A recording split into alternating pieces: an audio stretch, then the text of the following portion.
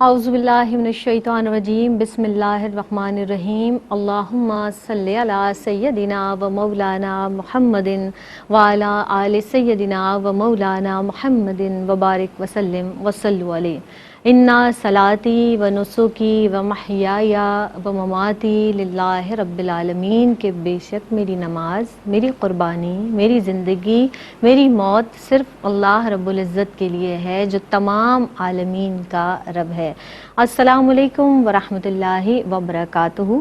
میری پہچان میں حاضر خدمت ہیں جناب۔ گزشتہ پروگرام نے ہم نے اسلام اور ایمان کے تعلق سے گفتگو کی، اور یہ اتنا اہم موضوع ہے اور اتنا خوبصورت موضوع ہے کہ آج بھی ہم اسے کنٹینیو کریں گے۔ آج گزشتہ پروگرام کو اگر ہم آج سے لنک اپ کریں، پیوست کریں، تو یقینی طور پر ہم نے اس پروگرام میں ایمان کے تقاضوں پر بات کی۔ ہم نے یہ جانا کہ صحابہ رضوان اللہ علیہم اجمعین کے ایمان کی کیا بات تھی، کتنا مستحکم ایمان، اور اس سے ہمیں کیسے سبق لینا ہے۔ اولیاء اکرام کا ذکر کیا گیا کہ جنہیں نہ کوئی خوف ہے، نہ حزن ہے، نہ ملال ہے۔ جب میں ابتدائیہ میں بھی آپ کی خدمت میں عرض کرتی ہوں اور یہ آیت مبارکہ پڑھتی ہوں کہ ہم اپنی نمازوں کو اللہ رب العزت کی بارگاہ میں پیش کرتے ہیں کہ سب کچھ اپنی زندگی اور موت تک سب کچھ اسی رب کائنات کا تو ہے، تو ایمان ہمارا جب اپنے دل میں مضبوط ہوگا تو ہمارا ہر عمل اس رب کائنات کے احکامات کے عین مطابق ہوگا۔ آج بھی ہم اسی عنوان کو کنٹینیو کریں گے، اور معزز مہمان شخصیات آج کے پینل میں جو موجود ہیں گزشتہ پروگرام میں بھی ہمارے ساتھ رہیں اور بہت ہی اچھی معلومات ہم تک پہنچائی ہے۔ متعلقہ ماشاءاللہ بہت ذوق اور شوق تدریس کے شعبے سے بھی کہیں نہ کہیں وابستہ رہیں، اور آج یہ جو پینل ہے ہمارا بہت ہی خوبصورت پینل، سب سے پہلے تشریف رکھتی ہیں محترمہ امتیاز جاوید خاکوی صاحبہ، ان کو ویلکم کرتے ہیں۔ السلام علیکم ورحمۃ اللہ وبرکاتہ۔ وعلیکم السلام ورحمۃ اللہ۔ کیسی ہیں امتیاز آپا؟ ٹھیک ہیں؟ مزاج بخیر ہے؟ اللہ تعالیٰ آپ کو شاد و آباد رکھے۔ ان کے ساتھ جو اگلی شخصیت تشریف رکھتی ہیں ماشاءاللہ روز بروز ان کی بھی گفتار میں بہت مضبوطی آ رہی ہے، خیالات میں، اور وہ بھی یہ مطالعے کا شوق رکھتی ہیں، اور یہ نظر آ رہا ہوتا ہے ان کی گفتگو سے مطالعہ جھلک رہا ہوتا ہے۔ ہمارے ساتھ موجود ہیں محترمہ سعدیہ سعید صاحبہ۔ السلام علیکم ورحمۃ اللہ وبرکاتہ۔ وعلیکم السلام ورحمۃ اللہ۔ کیسی ہیں سعدیہ آپ؟ الحمدللہ۔ اللہ تعالیٰ آپ دونوں کو ہی شاد و آباد رکھے۔ میری پہچان میں ایک مرتبہ پھر آپ کو خوش آمدید بھی کہیں گے، وہی موضوع جس پر ہم نے گزشتہ پروگرام میں بھی بات کی، اور بہت سحر حاصل گفتگو آپ دونوں ہی کی جانب سے آئی تھی۔ آج میں یقینی طور پر اس سوال کو آپ کے سامنے پیش کروں گی امتیاز آپا کہ ایمان کے ساتھ عمل کی اہمیت کو آپ کیسے دیکھتی ہیں؟ آپ ضرور اس تعلق سے بتائیے گا، کیونکہ علامہ اقبال رحمۃ اللہ تعالیٰ علیہ فرماتے ہیں عمل سے زندگی بنتی ہے، جنت بھی جہنم بھی۔ فرمائیے گا۔ شکریہ زینب۔ بسم اللہ الرحمن الرحیم۔ اللہ رب العزت نے ایک بڑی مختصر سورہ مبارکہ سورہ عصر میں بڑے واضح الفاظ میں ارشاد فرمایا وَالْعَصْرِ إِنَّ الْإِنسَانَ لَفِي خُسْرٍ إِلَّا الَّذِينَ آمَنُوا وَعَمِلُوا الصَّالِحَاتِ وَتَوَاصَوْا بِالْحَقِّ وَتَوَاصَوْا بِالصَّبْرِ۔ یہ ایک سمندر سمو دیا اس کے اندر کہ انسان وقت کی قسم کھاتے ہوئے کہ انسان خسارے میں ہے، مگر کون اس خسارے سے بچ گیا ہے؟ ایک ایمان والے اور اعمال صالح والے۔ اِلَّا الَّذِينَ آمَنُوا وَعَمِلُوا الصَّالِحَاتِ۔ اور آپ دیکھیں کہ یہ مضمون ہمیں قرآن مجید میں بارہا مقامات پر ملتا ہے، جہاں خوشخبریاں سنائی گئیں جنت کی، وہاں بھی یہی ارشاد ہوا وَبَشِّرِ الَّذِينَ آمَنُوا وَعَمِلُوا الصَّالِحَاتِ۔ ایمان لائے اور اعمال صالح کے ذریعے اس ایمان کو ثابت کیا اپنے گفتار سے، اپنے کردار سے۔ تو ایمان اور عمل جڑے ہوئے ہیں دونوں چیزیں، کہ جب انسان کے اندر ایمان آتا ہے یہ اقرار باللسان و تصدیق بالقلب اس کے عمل سے جھانکتا ہے۔ آپ دیکھیں تو دل تو کسی نے نہیں دیکھا، سوچ اور فکر کو کسی نے نہیں، نظر کیا آئے گا؟ آپ کا عمل نظر آئے گا، آپ کا قیام رکوع اور سجدہ نظر آئے گا، آپ کی سچائی نظر آئے گی، ایمانداری نظر آئے گی۔ اس لیے ایمان کے فوراً بعد عمل کا ذکر آتا ہے۔ پھر آپ سورہ بقرہ میں بھی دیکھیں تو الذین یؤمنون بالغیب ویقیمون الصلاۃ ومما رزقناہم ینفقون۔ ایمان کی عملی کسوٹی کیا آ گئی کہ اب نماز قائم کرو، اب ہم نے جو کچھ تمہیں دیا ہے اسے اللہ کی راہ میں خرچ کرو۔ تو اطاعت الہی اور اطاعت رسول ایمان کا تقاضا بھی ہے، اور یہ عمل ہی ہے کہ جس سے ہمارا ایمان ثابت ہوتا ہے۔ اور آپ دیکھیں تو نبی کریم علیہ السلام کی حیات مبارکہ میں صحابہ کرام سے اگر ایک جملہ بھی آپ علیہ السلام فرما دیتے تو وہ اس پر سوچنے یا سمجھنا نہیں شروع کر دیتے، عمل کے لیے دوڑ پڑتے تھے۔ وقالوا سمعنا واطعنا، بے شک ایک مرتبہ آپ علیہ السلام انفاق فی سبیل اللہ کی ترغیب دیتے ہیں، کھڑے ہو جاتے ہیں، اپنا باغ پورے کا پورا اللہ کی راہ میں دے دیتے ہیں۔ اور یہ ایک کا نہیں 2-3 صحابہ کرام کے واقعات ملتے ہیں، اور آپ غور کریں تو کسی کے لیے وہی آمدنی کا ذریعہ ہو۔ حضرت ابو طلحہ انصاری رضی اللہ عنہ اپنا پورا باغ دے دیتے ہیں جو کھجوروں سے لدا ہوتا ہے۔ حضرت ابو درداء رضی اللہ تعالیٰ عنہ پورا باغ، اس کے اندر گھر بھی ہوتا ہے، بیوی بچوں کو باہر لے لیتے ہیں اور فرماتے ہیں کہ کوئی چیز نہ لینا، میں نے یہ سارا اللہ کی راہ میں دے دی۔ یہ ان کا عمل نظر آتا ہے۔ ایک نبی کریم علیہ السلام فرماتے ہیں جنت تو تلواروں کے سائے میں ہے، تو صحابی کہتے ہیں میں یہاں کیا کر رہا ہوں؟ جب حضور نے یہ فرما دیا ہے تو نکل کھڑے ہوئے جہاد کی راہ میں، اور یہاں تک کہ شہید ہو گئے۔ تو وہ لوگ عمل کرتے تھے، اور یہ عمل ہی انسان کو ان دنیاوی اور اخروی انعامات تک لے جاتا ہے۔ اگر عمل نہیں ہے تو گویا ایمان نہیں، ہم تو منافقت کی پھر زندگی گزار رہے ہیں نا۔ صحیح، جب عمل میں ہمارے آ ہی نہیں رہا تو اعتقاداً تو رکھا لیکن عملاً جب نظر نہیں آ رہا تو اس کا مطلب ہے کہ ہم انکار کر رہے ہیں اس ایمان کا۔ تو آپ نے ایمان کو ثابت کرنا ہے تو اپنے گفتار کردار کے ذریعے۔ پھر آپ دیکھیں تو ایک اقوال ہیں، اقوال ہم کہتے ہیں احکامات کی، حکم آ گیا یہ کرو، اس کو کر گزرنا ہے۔ نواہی وہ ہیں جن سے روک دیا گیا ہے کہ یہ ان سے رکنا ہے، اس سے اور آگے بڑھیں۔ نبی کریم علیہ السلام کی سنت مبارکہ کو دیکھتے چلے جائیں، آپ علیہ السلام کا تبسم فرمانا، آپ علیہ السلام کی سچائی، آپ کے ایفائے عہد، آپ کی ایمانداری، آپ علیہ السلام کی وہ ساری صفات، وہ سارے اخلاق مبارکہ جنہیں اللہ رب العزت فرما رہے ہیں وَإِنَّكَ لَعَلَىٰ خُلُقٍ عَظِيمٍ، ان کو اپنے اندر پیدا کرنا۔ یہ اخلاق حسنہ انسان کے اندر اس کی عادت کا، اس کی فطرت کا حصہ بنتے چلے جائیں تو پھر آپ دیکھیں کائنات پوری آپ کے ہم آہنگ ہو جاتی ہے، کیونکہ کائنات اس فطرت پر چل رہی ہے، اور فطرت پر چلنے کا مطلب کیا ہے کہ اللہ رب العزت کی موافقت میں نبی کریم علیہ السلام کی صفات مبارکہ، آپ علیہ السلام کی اخلاق مبارکہ کو اپنا لینا۔ تو یہ 3 چیزیں آ گئیں، اقوال، افعال اور پھر صفات۔ تو جب انسان ان تینوں چیزوں کا محقق ہو جاتا ہے، اس کے عمل سے یہ بات ثابت ہو جاتی ہے تو یقیناً وہ اللہ اور اللہ کے حبیب کے قرب سے نوازا جاتا ہے۔ سبحان اللہ، سبحان اللہ۔ اور یہی تو وہ چھوٹی چھوٹی تمام باتیں ہیں، جیسے ایفائے عہد کی بات کی گئی، وعدہ پورا کرنے کی بات ہے، یہ بظاہر بہت چھوٹی بات ہے، لیکن اگر ہم اپنی زندگی میں اسے شامل کرتے ہیں تو ہم یقینی طور پر اپنی زندگی کے معاملات کو بہت درست انداز سے برتنے کی کوشش کریں گے اور برت سکیں گے۔ آپ یہ ارشاد فرما دیجئے سعدیہ کہ اہل ایمان یا مومنین کس طرح سے اللہ پر کس مضبوطی کے ساتھ، کیسا یقین، کیسا بھروسہ ہونا چاہیے اس پروردگار عالم پہ؟ اعوذ باللہ من الشیطان الرجیم، بسم اللہ الرحمن الرحیم، والصلاة والسلام علیک یا رسول اللہ وعلی آلک واصحابک یا حبیب اللہ۔ سورہ انفال میں اللہ رب العزت ارشاد فرماتا ہے کہ اور وہ اللہ پر ہی بھروسہ کرتے ہیں۔ بے شک ایمان والوں کی سب سے بڑی علامت اللہ رب العزت پر توکل اور بھروسہ ہی ہے۔ اب آپ یہ دیکھیے کہ جو اللہ رب العزت پر توکل کرتے ہیں، اس پر بھروسہ کرتے ہیں، اور اس پر بھروسہ کرنے کے بعد اسباب کو اختیار کرتے ہیں، تو وہ پھر اسباب تو اختیار کر لیتے ہیں لیکن ان کی ذات کا بھروسہ صرف اور صرف اللہ رب العزت پر ہی ہوتا ہے۔ مسجد نبی میں ایک مرتبہ ایک شخص آیا، جی، اس نے آقا علیہ الصلوۃ والسلام سے عرضی پیش کی، یا رسول اللہ صلی اللہ علیہ وآلہ وسلم، میں اپنے اونٹ کو باندھ دوں یا رب پر توکل کروں؟ آقا علیہ الصلوۃ والسلام نے فرمایا اسباب اختیار کرو، اس کے بعد اسباب پر ہی نہیں ٹھہر جانا کہ میں نے یہ کام کر لیا، توکل پھر رب پر کرو، تاکہ یہاں تم نے اپنا سارا کام مکمل کر لیا ہے، اب توکل رب پر، بھروسہ رب پر رکھو کہ اب یہ سواری کہیں نہیں جائے گی۔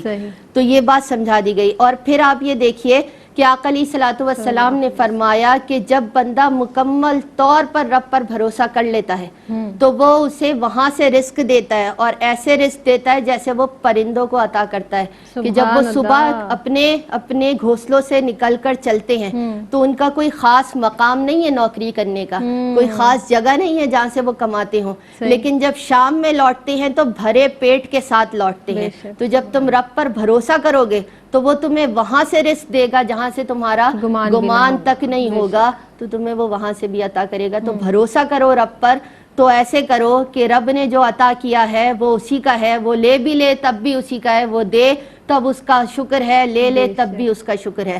حضرت بی بی فاطمہ سلام اللہ علیہا کا واقعہ ہم سب کے سامنے موجود ہے کہ دونوں شہزادے بیمار ہو گئے، آپ نے منت مانی دونوں صحت یاب ہوں گے تو میں روزے رکھوں گی، خود بھی روزے رکھے اور اپنے شہزادوں کو بھی روزے رکھوائے۔ پہلے دن دسترخوان پر بیٹھے، افطار کا بالکل وقت قریب، دروازے پر دستک ہوئی کہ میں بھوکا ہوں۔ حضرت امام علی مقام اٹھے اور کھانا لیا اور ان کو دے دیا، کھجور کھائی، پانی پیا، سو گئے۔ صبح بھی سحری کھجور کھائی، پانی پیا اور روزہ رکھ لیا۔ اگلے دن پھر روزے کے وقت دروازے پر دستک ہوئی، باہر سے صدا آئی میں یتیم ہوں۔ آپ کی والدہ نے کہا بیٹا یتیم کو دینے میں دیر نہیں کرنا، آپ اٹھے سب کچھ لیا اور یتیم کے ہاتھ میں رکھ دیا۔ تیسرے دن بھی یہی معاملہ رہا، تیسرے دن مسکین پہنچ گئے، آپ نے سب کچھ دیا۔ مولا علی آپ دونوں کو لے کر مسجد نبوی میں پہنچے تو آقا علیہ الصلوۃ والسلام مسکرا رہے تھے اور فرمایا کہ یہ دیکھو جبرائیل کھڑے ہیں اور یہ کہہ رہے ہیں کہ آپ کے تینوں دن کا دیا رب نے اپنی بارگاہ میں قبول کر لیا۔ توکل کس پر تھا کہ رب نے ہی آزمانا ہے، رب نے آزمایا ہے تو اس آزمائش پر پورا اترنا ہے، رب کے بھروسے پر کہ رب ہی دینے والا ہے اور رب ہی لینے والا ہے۔ حضرت رابعہ بصری علیہ رحمہ کے گھر مہمان آ گئے، آپ نے اپنی خادمہ سے کہا کہ کھانا لگا، انہوں نے کہا ایک ہی روٹی ہے، انہوں نے کہا اچھا جاؤ اسے خیرات کر دو۔ خیرات کر دیا۔ تھوڑی دیر کے بعد دروازے پر دستک ہوئی، جب دستک ہوئی تو کہا آپ کے لیے یہ خوان آیا ہے۔ آپ نے لیا، روٹیاں گنی، اس میں 4 تھیں، آپ نے کہا یہ کسی اور کا خوان ہے، میرے پاس نہیں، یہ میرا نہیں ہے، آپ کہیں اور۔ دوبارہ تھوڑی دیر کے بعد دستک ہوئی، جب گنا تو اس میں 6 تھیں، آپ نے کہا یہ بھی میرا حصہ نہیں ہے۔ جب اس کے بعد تیسری بار دستک ہوئی، آپ نے اسے گنا 10 ہے، کہا ہاں یہ میرا حصہ ہے کیونکہ رب نے کہا ہے کہ جب مجھ پر بھروسہ کرو گے تو میں 1 کے بدلے تمہیں 10 عطا کروں گا، تو یہ میرا حصہ یہ ہے جو مجھے اب عطا ہوا ہے۔ تو رب پر بھروسے کا لیول، وہ اعتماد بھی تو ویسا ہی ہونا چاہیے کہ ہم کیوں پریشان ہوتے ہیں؟ نوکری نہیں ہے تو ہم پریشان ہیں، مہنگائی ہو گئی ہے تو ہم ذخیرہ کر لیں، یا ہمارے پاس اتنے پیسے ہیں تو ابھی اس میں یہ بھی آ کے رکھ جائے گا، یہ بھی۔ کیا ہم نے رب پر بھروسہ کرنا بالکل چھوڑ دیا ہے اس کی ذات پر کہ وہ رب نے جب اس نے وعدہ کر لیا وہ کھلائے گا بھی، پلائے گا بھی، ہر چیز عطا کرے گا، تو وہ عطا کرے گا، لیکن اس کی راہ میں ثابت قدم رہے تو وہ عطا ہر معاملے میں کرے گا۔ اور ہم وہ دل کہاں سے لائیں کہ اپنے گھر کا پورا سامان اٹھا کر اللہ کی راہ میں دے دیا؟ ہم تو ایک دن کا بھی کھانا اگر ہمارے پاس ہے اور سائل آ جاتا ہے تو ہم اسے فریج میں رکھ دیتے ہیں کہ یہ ہمارے کل کام آئے گا۔ یہ عالم ہمارے ایمان کا ہے، یہ ہمارے توکل کا ہے، یہ ہمارے بھروسے کا ہے۔ تو ہم ان تمام باتوں کا جو اعادہ کرتے ہیں بار بار اللہ رب العزت کی بارگاہ میں بہت دل سے دعا کرتے ہیں کہ پروردگار عالم ہمیں ان شخصیات جیسا بھروسہ توکل عطا فرمائے۔ ایک وقفے پر ہمیں جناب جانا ہے، حاضر ہوتے ہیں اس مختصر سے وقفے کے بعد۔ السلام علیکم ورحمۃ اللہ وبرکاتہ۔ آپ دیکھ رہے ہیں میری پہچان میں ایک مرتبہ پھر آپ سب کا خیر مقدم ہے۔ جناب آج کا ہمارا عنوان ہے اور بہت ہی خوبصورت عنوان اسلام اور ایمان، اسی تعلق سے گفتگو کی جا رہی ہے۔ مہمان شخصیات تشریف رکھتی ہیں جو ہمیں تعلیم فرما رہے ہیں ایمان اور اسلام کے تعلق سے۔ ہمارے ساتھ تشریف رکھتی ہیں امتیاز جاوید خاکوی صاحبہ اور ان کے ساتھ اگلی نشست پر تشریف رکھتی ہیں سعدیہ سعید صاحبہ۔ امتیاز آپا، ایمان کے تعلق سے بات ہوئی، آپ یہ ارشاد فرما دیجئے کہ ایمان میں جب ہمارے دل میں ایمان موجود ہے اور ایسے جم جائیں ہم ایمان پر، ایمان کے تعلق سے آپ یہ فرمائیے کہ کیسے کمال حاصل ہو سکتا ہے؟ شکریہ زینب۔ دیکھیں کوئی بھی چیز ہم حاصل کرنا چاہتے ہیں نا، اس کی خواہش تو آئی دل میں. میں بہت اسٹریٹ لیول پر آ کر بات کروں نا، صحیح. تو ہم کتنے لوگ ہیں جو ایمان میں کمال چاہتے ہیں. ہم دنیاوی ترقی اور عروج میں تو دیکھتے ہیں کہ ہم نے فلاں محل جتنا ہمیں گھر چاہیے، ہمیں گاڑی چاہیے، ہر ایک آگے دیکھ رہا ہوتا ہے. مگر کیا ہم ایمان میں بھی واقعی کمال پر پہنچنا بڑی چاہتے سچی ہیں؟ بات کہی تو آپ نے. بنیادی بات یہ ہے کہ یہ خواہش ہوگی تو آپ کی دعا بھی بن جائے گی. یہ پہلا طریقہ ہے اس میں آگے بڑھنے کا، کہ اسے خواہش ایسے. میں کئی بار نا اپنے شاگردوں کو روک لیتی ہوں کہ آج آپ نے دعا مانگی تھی نا، سب سے پہلی دعا کیا مانگی تھی؟ کیونکہ دعاؤں میں ہم وہی بات مانگتے ہیں جی. جو ہماری خواہش ہوتی ہے، ہماری طلب ہوتی ہے. صحیح. تو کیا ہم واقعی اللہ کی بارگاہ میں جب جائیں تو ہم مانگتے ہیں کہ اے اللہ ہمیں ایمان میں کامل کر دے؟ اللہ تو اکبر. اس کو دعا بنا لیں، خواہش بنے بہت گی پیاری تو بات. دعاؤں میں آ جائے گی. بے شک. اس کے بعد جو علماء کرام نے بیان کیا ہے کہ دیکھیں ایمان کا مرکز جب حضور اکرم صلی اللہ علیہ وآلہ وسلم کی ذات مبارک ہے، جب یہ بات سمجھ میں آ جاتی ہے تو یاد رکھیں محبت اور تعظیم اصل ایمان ہے. جس دل میں صحیح. نبی کریم علیہ السلام کی محبت نہیں ہے، ادب اور احترام نہیں ہے، گویا اصل ایمان نہیں ہے. اب اس کمال ایمان تک پہنچنے کی دو علامتیں ہیں. ایک ہے نصرت رسول اور اطاعت رسول صلی اللہ علیہ وآلہ وسلم.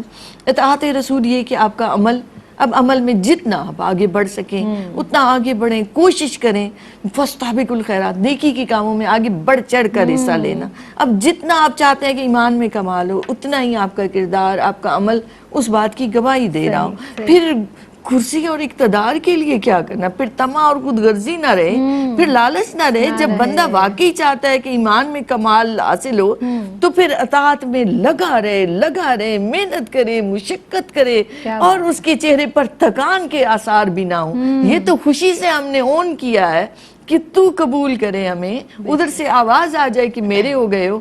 تو کمال تک تب پہنچیں گے جب اطاعت بھی ہوگی اور نصرت رسول صلی اللہ علیہ وآلہ وسلم کیا ہے، خدمت دین میں لگے رہنا. اللہ کی بارگاہ میں ہاتھ جوڑ کر عرض کرتے رہنا، مولا مجھے اپنے دین کے لیے قبول فرما لے، مجھ سے کوئی ایسا کام لے لے میں اس دین مبین کی خدمت کر سکوں. تو خادم بننا یہ ہے نبی کریم علیہ السلام کی، چونکہ بعثت کا مقصد ہی یہ تھا کہ لِیُظْہِرَهُ عَلَى الدِّینِ کُلِّ، تمام باطل ادیان پر اس کو غالب کر دینا. آپ علیہ السلام نے پوری حیات مبارکہ اس کے لیے گزاری. تو کمال ایمان ان دو چیزوں سے حاصل ہوگا. پھر اور ہم نگاہ ڈالیں تو جو اولیاء عظام نے بیان کیا اس کی روشنی میں یہ کہ اپنی ذات، اپنی نفس، اپنی شخصیت کو آلائشوں سے پاک کر کے مقصد حیات اللہ کی رضا کو بنا لینا.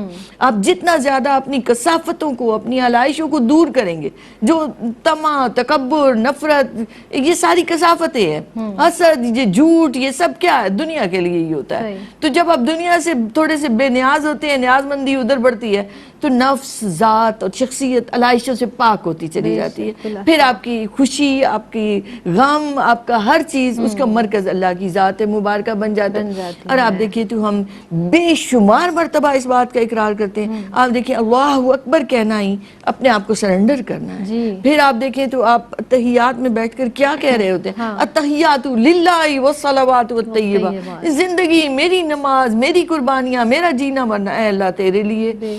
تو ہم بے شمار مقامات پر زبان سے تکرار کریں، ہمارا عمل اس بات کی گواہی نہیں دے رہا. تو آپ کا عمل بھی اس کے مطابق ہو جائے کہ ہماری ہر بات کا مرکز اور محور اللہ اور اللہ کے حبیب کی ذات مبارکہ ہو جائے تو ایمان کمال تک جاتا ہے. پھر یہ ہے کہ عبادت اور بندگی حسب توفیق کرنا، رات کی آخری پہر اٹھ کر رو رو کر اس کو منانا، یہ ایسا ہے جو دلوں کو دھو ڈالتا ہے، علائشوں کو دھو ڈالتا ہے، اور دن میں اس کا نور ساتھ رہتا ہے. آج جو ہم میں خیر و شر کی تمیز نہیں رہی، وہ جب رات کو جاگیں گے، تہجد پڑھیں گے، اللہ کو منائیں گے، تو دن میں ہم گناہوں سے بچ سکیں گے. ہمیں وہ روحانی طاقت عطا ہوتی ہے کہ جس سے ہم گناہوں سے بچ سکتے ہیں. پھر آج تو ہم بچ نہیں پا رہے. پھر آپ دیکھیں وہ نور آتا ہے اللہ والوں کے چہروں پر، کہ اعلیٰ حضرت کے بارے میں آتا ہے کہ ان کے ایک دوست کہتے ہیں کہ جب وہ جوں آگے بڑھتے تھے اس روحانی عروج اور بلندی پر ہم پر ہیبت طاری ہوتی تھی، اور جب ہم ان کے چہرے کی طرف دیکھتے تھے تو اتنا نورانی ہوتا تھا. حالانکہ ہم مکتب ہوا کرتے تھے، یعنی دوستوں میں تھے، لیکن جوں ان کی روحانی بلندی اور ترقی اور عروج آیا تو ان کے چہرے کی طرف دیکھنا مشکل ہو جاتا تھا، اتنا نور ہوتا تھا. شخصیت میں ایک روب اور دبدبا، روب اور دبدبا، خود بخود عزت وقار ایک وہ مل جاتا ہے اس بندے کی شخصیت میں. تو آپ جتنا ایمان میں آگے بڑھنا چاہتے ہیں عمل میں بہتر ہو. سبحان اللہ. یہی بات امتیاز آپا جس طرح سے آپ نے ایمانیات کے تعلق سے بتائی، میں یہی چاہوں گی آپ سے سعدیہ کہ جس طرح سے قرآن مجید فرقان حمید میں اہل ایمان کے تذکرے ہیں اور آزمائش کا ذکر ہے، اس تعلق سے آپ کیا ارشاد فرمائیں گی؟ بسم اللہ الرحمن الرحیم.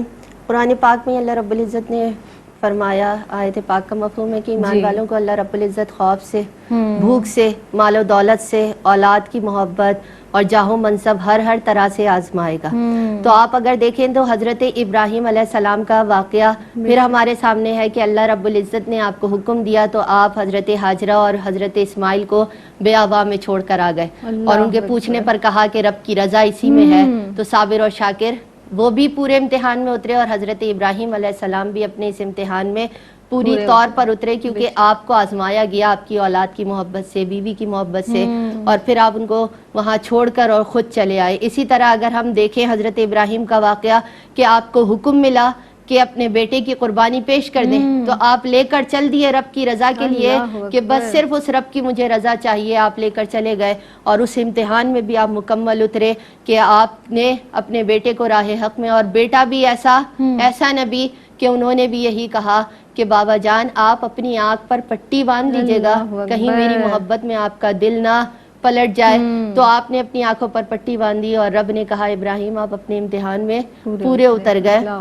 تو اللہ رب العزت اپنے پیاروں پر، اپنے چاہنے والوں پر، اپنے نبیوں پر، اپنے محبت کرنے والوں پر آزمائشیں بھیجتا رہتا ہے. ہمارے پاس انبیاء کرام کی مثالیں بہت ہیں، اور اگر ہم اس کے بعد نیچے کی طرف دیکھیں تو ہمارے پاس بہت ساری مثالیں آتی ہیں. آقا علیہ الصلوۃ والسلام کے صحابہ کرام کی بھی مثالیں آتی ہیں، دیگر مثالیں بھی آتی ہیں. اگر ہم حضرت بلال حبشی کی طرف دیکھیں تو حضرت بلال حبشی گرم تپتی ریت پر آپ کو کھینچا جاتا تھا، آپ پر آزمائش تھی، لیکن آپ کی زبان پر صرف احد ہوا کرتا تھا. آپ اپنے ایمان سے پیچھے نہیں ہٹے. ایک بار ایمان میں داخل ہو گئے تو سخت سے سخت سزا دے دی، لیکن اس کے بعد آپ کو اس کا صلہ کیا ملا کہ آپ آقا علیہ الصلوۃ والسلام کے پاس بھی پہنچے اور مؤذن رسول کہلانے لگے کہ آپ اذان دیا کرتے تھے. تو آپ کو یہ درجہ ملا، آپ کے ایمان کا یہ لیول کہ کوئی بھی بڑے سے بڑی سختی آ جائے، لیکن بڑی آگ بھی بڑکا دی جائے تو تم اس میں گرنا پسند کر لو، لیکن رب کے ساتھ کسی کو شریک نہ ٹھہراؤ.